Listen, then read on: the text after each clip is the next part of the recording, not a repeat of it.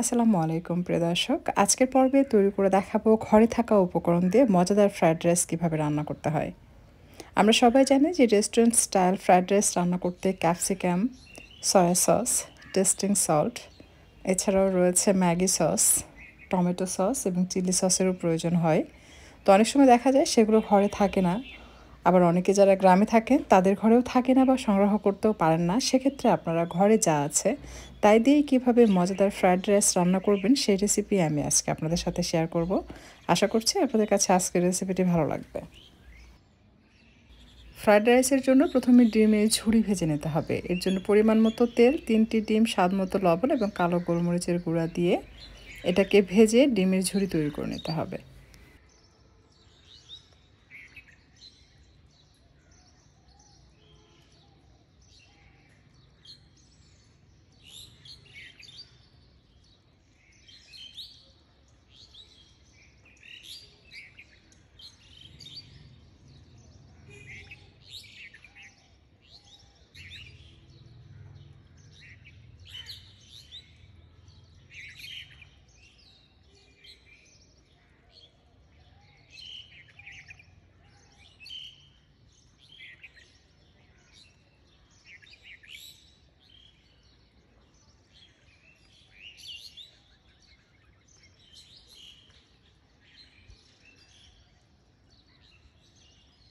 ডিমের ঝুড়ি তুলে একপাশে রেখে দিচ্ছি। সেম প্যানে আবারও সামান্য তেল, রসুন কুচি এবং পেঁয়াজ কুচি দিয়ে এটাকে কিছুক্ষণ ভেজে নেব।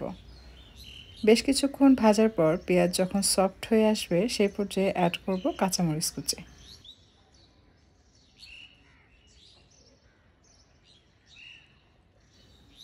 2 থেকে 3টে কাঁচামরিচ কুচি দিয়ে এটাকে ভেজে নিচ্ছে।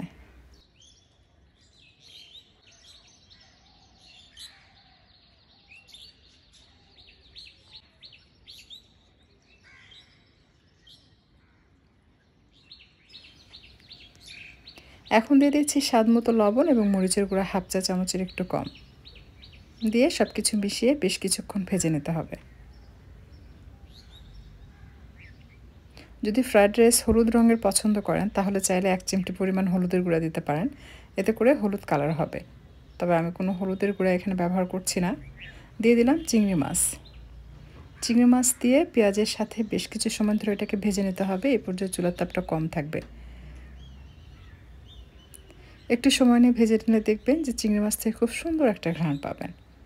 সেই পর্যায়ে অ্যাড করতে হবে পরিমাণ মতো পানি, চিংড়ি এবং পেঁয়াজটা সেদ্ধ করে নেওয়ার জন্য।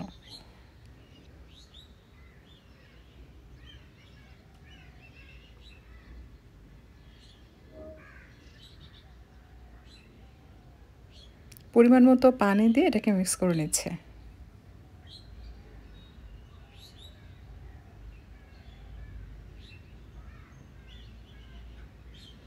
মেশানো হয়ে গেলে এই পর্যায়ে ঢাকনা দিয়ে ঢেকে এটাকে মিডিয়াম থেকে কম আঁচে বসিয়ে রাখবো। ধীরে ধীরে চিংড়ি মাছটা সেদ্ধ হবে এবং পানিটাও টেনে যাবে। আরও কিছুক্ষণ এটাকে নেড়ে চেড়ে জাল করে নেব যেন এটা একটু ড্রাই হয়ে আসে, তেলটা ভালোভাবে ভেসে ওঠে।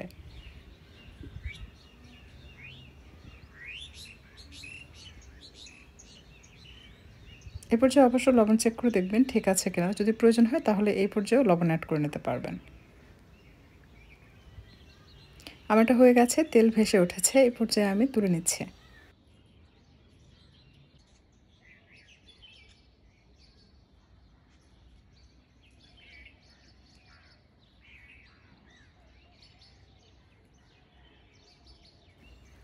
এখন দিয়ে দিব হাফ টেবিল চামচ আদা কুচি এবং রসুন কুচি হাফ টেবিল চামচ দিয়ে এটা ভেজে নেব। আদা এবং রসুন হালকা একটু গোল্ডেন কালার হয়ে আসলে অ্যাড করতে হবে পেঁয়াজ কুচি।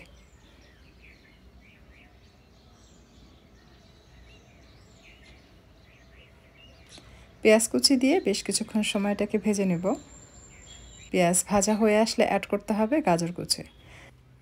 গাজর দিয়ে বেশ কিছুক্ষণ সময় ধরে এটাকে ভেজে নিতে হবে যেন গাজর একটু সফট হয়ে আসে।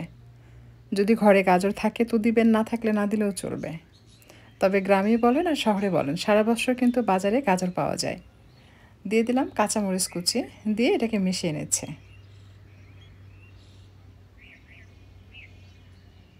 স্বাদমতো লবণ দিয়ে দিচ্ছি। এই পর্যায়ে চুলার তাপটা মিডিয়াম থেকে একটু বেশি থাকবে। তা না হলে গাজর থেকে পানি ছেড়ে দিয়ে গাজর বেশি সফট হয়ে যাবে। তাই চুলার তাপটা বাড়িয়ে অনবরত নেড়েচেড়ে ভেজে নিতে হবে। যখন দেখবেন যে গাজর একটু সফট হয়ে আসবে, সেই পর্যায়ে অ্যাড করতে হবে সেদ্ধ করে রাখা ভাত। এ ভাত আমি লবণ দিয়ে সেদ্ধ করেছিলাম, আর সাথে দিয়েছিলাম সামান্য তেল এবং লেবুর রস। গরম ভাত রান্না করে সাথে সাথে পানি ঝরিয়ে ঠান্ডা করেও কিন্তু সাথে সাথে আপনার ফ্রায়েড রাইসটা রান্না করতে পারবেন, যদি পোলার চাল দেওয়া হয়। সেক্ষেত্রে ফ্রিজে রেখে একেবারে ঠান্ডা করে ফ্রায়েড রাইস করে নেওয়ার দরকার হয় না। তবে যদি কেউ বাসমতি চাল দিয়ে রান্না করেন, সেক্ষেত্রে কিন্তু আপনাকে ভাত ফ্রিজে রেখে ঠান্ডা করে তারপর ফ্রায়েড রাইস করতে হবে। তা না হলে কিন্তু যখন আপনি রাইসটা ভাবে নাড়াচাড়া করবেন, রাইসগুলো ভেঙে যাবে।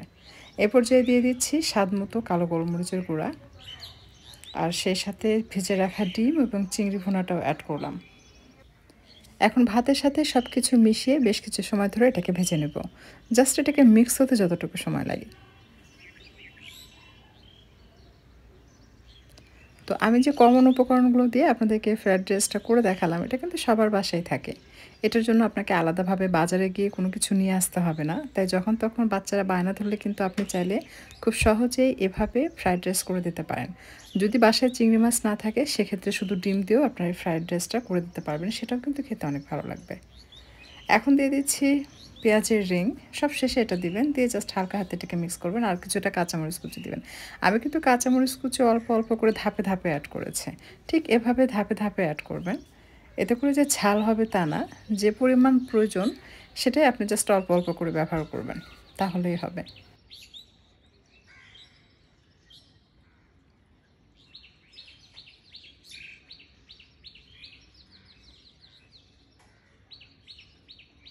আমার ফ্রায়েড রাইস হয়ে গেছে। এই পর্যায়ে আমি চুলা বন্ধ করে এটাকে নামিয়ে গরম গরম পরিবেশন করব। দেখতেই পেলেন, খুবই সহজ একটা রেসিপি। ঘরে যা আছে তাই দিয়ে সহজেই ফ্রায়েড রাইস বানিয়ে নেওয়া যায়।